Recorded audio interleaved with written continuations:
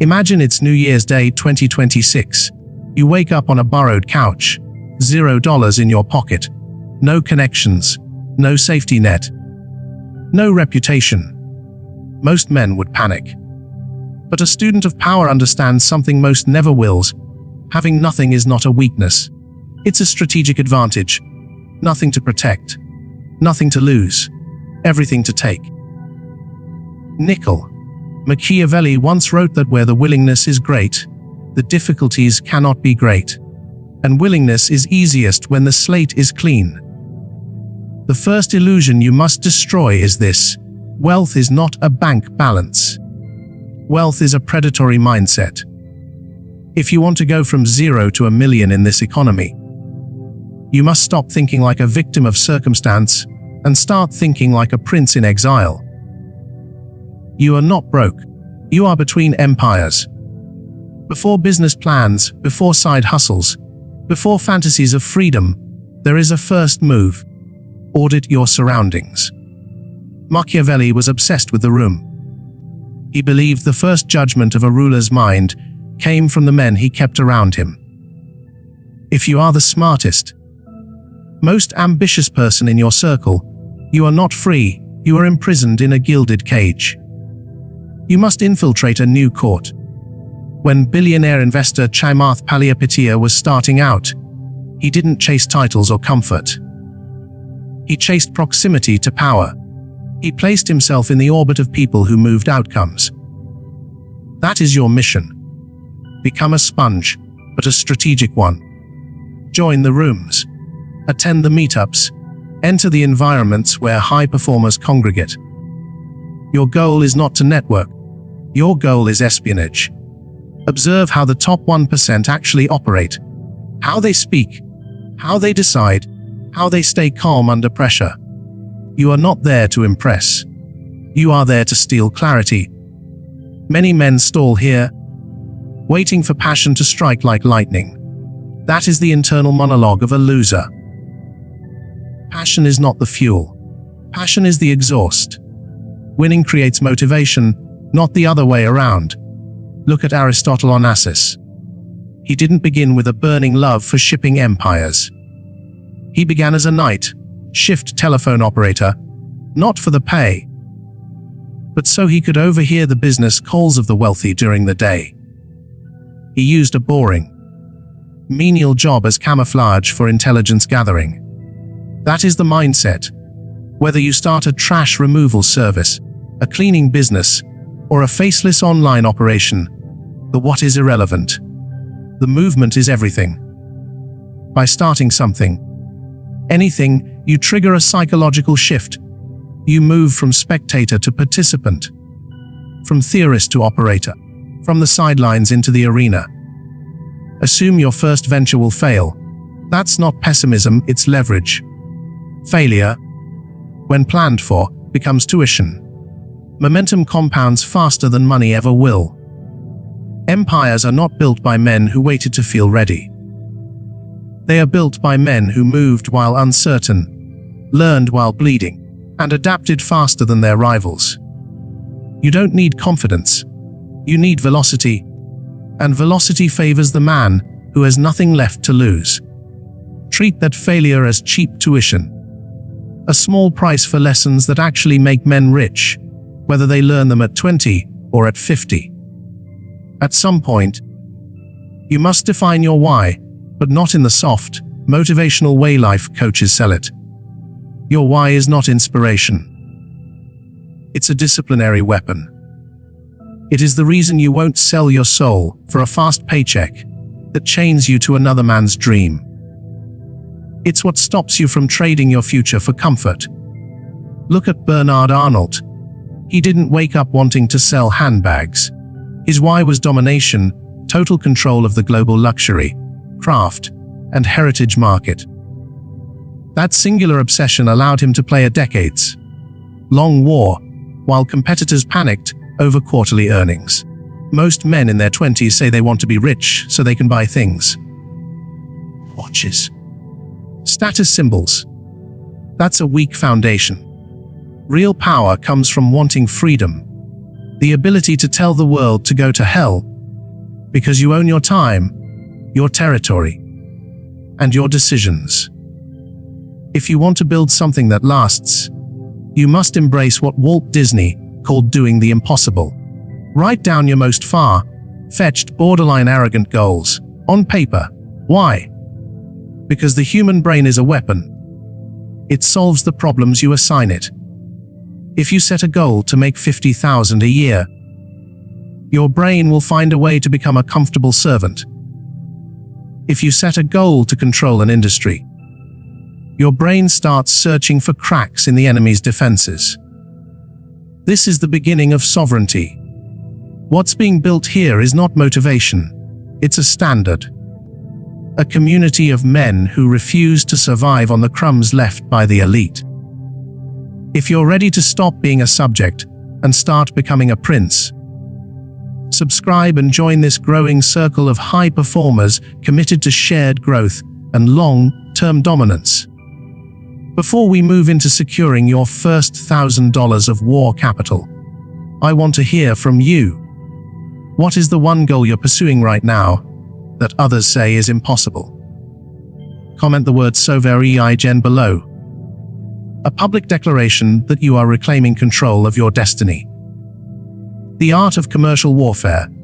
Once the mind is hardened, you need the sinews of war capital.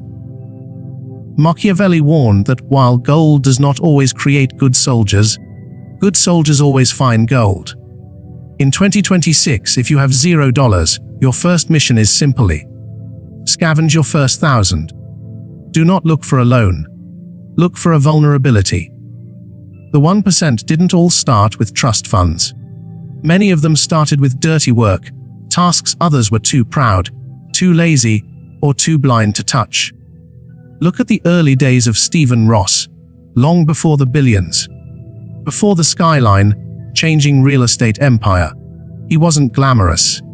He was buried in tax law, grinding through dense regulations, finding microscopic loopholes others were too lazy or too impatient to read. That's how war chests are built. He did the unsexy work so later he could play at scale. You must do the same. Clean cars, flip furniture. Use AI to automate a service for a local business. If you are unwilling to do what you hate, to fund what you love, you've already lost the war. But raising capital is only half the campaign. The other half is defense. The moment you show signs of success, rivals appear. Predators smell momentum. And how you respond determines whether you remain a merchant or become a conqueror. Take a simple car wash on a busy intersection. A competitor opens on the opposite corner to steal your traffic. The weak man complains about fairness. Bad timing. Bad luck. A prince sees a direct challenge to his authority. You don't panic and slash prices until you bleed out. You outmaneuver. You outlast. Bigger signs, faster service, sharper branding, an unavoidable presence. Study the legendary Avis versus Hertz wars of the 1960s. Avis was trapped in second place, so they turned weakness into a weapon. We try harder. They weaponized the psychology of the underdog and stole market share from the giant. That is strategy. If you're starting today, you have tools they never imagined. You have ChatGPT, not as a toy, but as an intelligence officer. You feed it your interests, rugby trading, logistics, cleaning, boring local services, and you demand 5 high margin, low overhead business models. You use the machine for reconnaissance that once took months of manual labor. The secret to massive wealth in the modern age is hidden in unsexy niches. While everyone else chases fame, clout, crypto hype, the truly powerful are quietly monopolizing the boring stuff. Consider Charlie Munger. Early investments in companies like See's Candies and insurance businesses. Nothing disruptive, nothing flashy. Just consistent cash flow, the fuel of empires. Or take the example of 2 brothers who started a specialized cleaning service. They didn't just scrub floors. They cleaned the most disgusting, neglected spaces in a major city and turned it into a viral spectacle. Low status work, high status optics. That is pure Machiavellianism, taking something common and giving it the appearance of dominance. To command a premium, you must transform the ordinary into the extraordinary. Take a boring business, a laundromat, a landscaping company, a trash route, and wrap it in a brand that feels elite. There is a story from Hong Kong about a woman who took a grimy, forgettable laundromat and rebuilt it as a high-end cafe and plant shop. She didn't just sell clean clothes, she sold sanctuary, a place to belong. People with washing machines at home started coming anyway, not for necessity, but for atmosphere. She took a commodity and turned it into a destination. That is how you escape being a bottleneck. You are not selling labor. You are selling a system. If you are the one doing the laundry, you are a servant. If you build the system that makes laundry desirable, you are a ruler. As momentum builds, it's easy to get lost in the grind and forget the larger game. So consider this.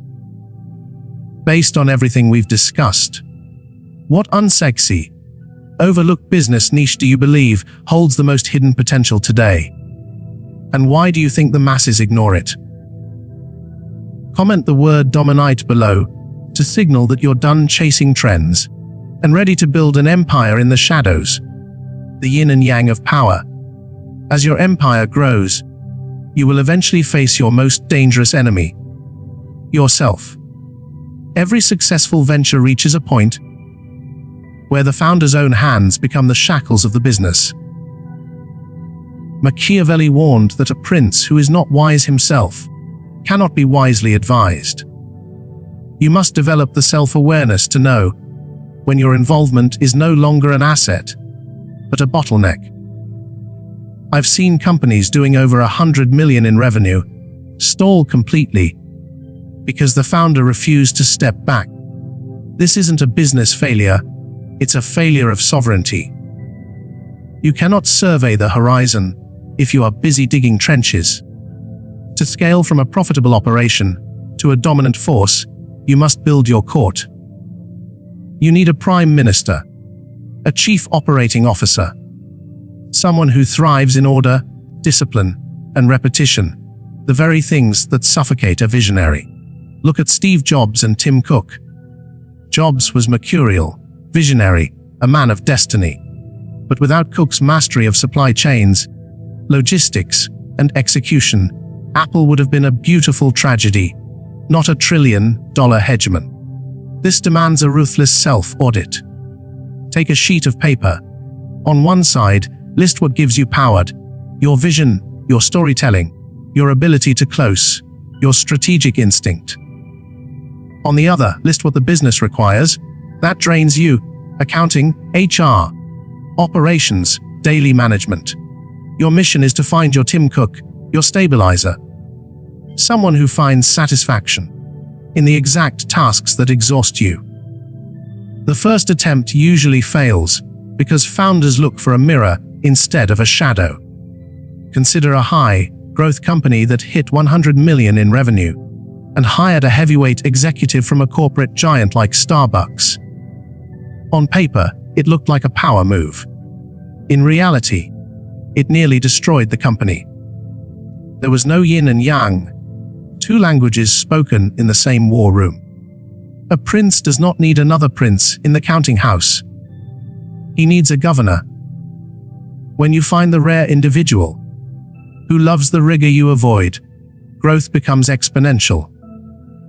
That is how you cross the chasm from a successful venture to a $700 million empire. You stop being the worker-in-chief and become the architect of systems. You provide vision, energy, and direction. They provide armor, structure, and defense. This level of success is only possible when you understand your purpose at a cellular level. Most men burn out by middle age because they spent decades playing roles that were never theirs. A Machiavellian high performer understands this truth. Energy is the ultimate currency. When you operate inside your zone of natural superiority, you don't burn out, you ignite. Money follows clarity. And when you stop obsessing over the mechanics of the mundane and focus on the meaning of the grand vision, wealth begins to accumulate in unexpected ways. It was never about jets or mansions. Those are ornaments. True power is this: to see a future clearly in your mind and possess a perfectly tuned machine that makes it real. Now reflect on your own operation or your plan. Are you trying to do everything yourself because you don't trust anyone else to hold the sword? Which part of your business drains you the most, and why have you resisted delegating it? Comment the word leverage below. That single decision is where empires either stall or accelerate. True power is not doing the work, it is directing it. And the final lesson every prince must master is the relationship between vert and fortuna, between personal skill and the uncontrollable winds of fate. Machiavelli taught that fortune is like a river. When it is calm, you build dams and dikes so that when it floods, you are not swept away. In the world of wealth, failure is not a setback. It is the construction of those defenses. Most people see rejection or a lost deal as a signal to retreat. A student of power sees it as a stress test, a way to harden his armor. Consider the story of a Dragon's Den audition. Most men would be crushed by a public rejection, especially twice, on national television. But the high performer understands something crucial. Now often means not yet. Had he succeeded the first time, his business, still fragile, would have collapsed under the weight of attention and distraction. Fortune was not denying him. It was protecting him. Persistence is not blind repetition. It is strategic patience, waiting for the right political, economic, and personal climate. Look at James Dyson. 15 years, over 5,000 failed prototypes. He didn't merely fail forward. He gathered intelligence with every mistake until he became the most dangerous man in his industry. When you face a setback, you don't simply try again.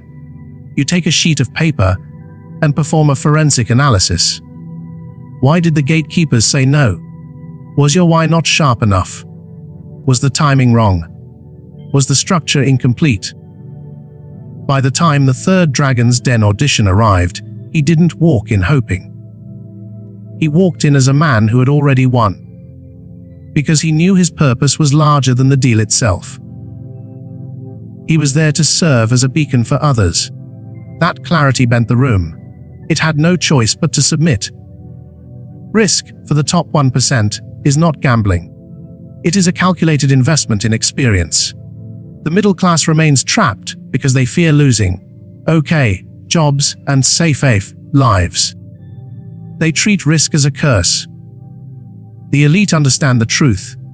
The greatest risk is staying exactly where you are, while the world reshapes itself around you. You must take chances to stay alive.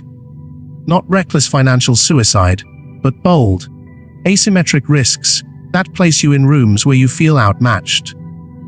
You must stay in the water, because you never know when the rogue wave of opportunity will arrive. If you're not surfing, the wave passes you by. Failure is simply the preparation required to hold success without breaking. It is the callosed skin that allows you to grasp the throne without flinching. This is the path of the sovereign. You begin with nothing. You infiltrate the right circles. You build systems from unsexy work. And you wait, patiently, for the moment to strike, with the force of 1,000 failed attempts behind you. This was never just about money. It's about becoming the kind of man that 2026 demands, disciplined, strategic, and unshakable.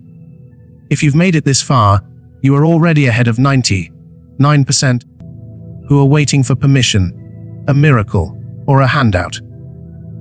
What's being built here is a brotherhood of men who understand that power is taken, never given.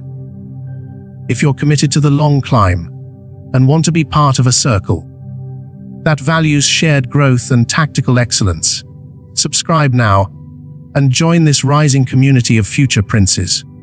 Before we close this chapter, I want to know who is truly ready. Comment 1 or 2 words describing the calculated risk you will take this week to move your empire forward. Then comment the word "Pirapowered" below to lock in this mindset and declare that you are ready for whatever fortune throws your way. Stop overthinking. Start colonizing your niche today.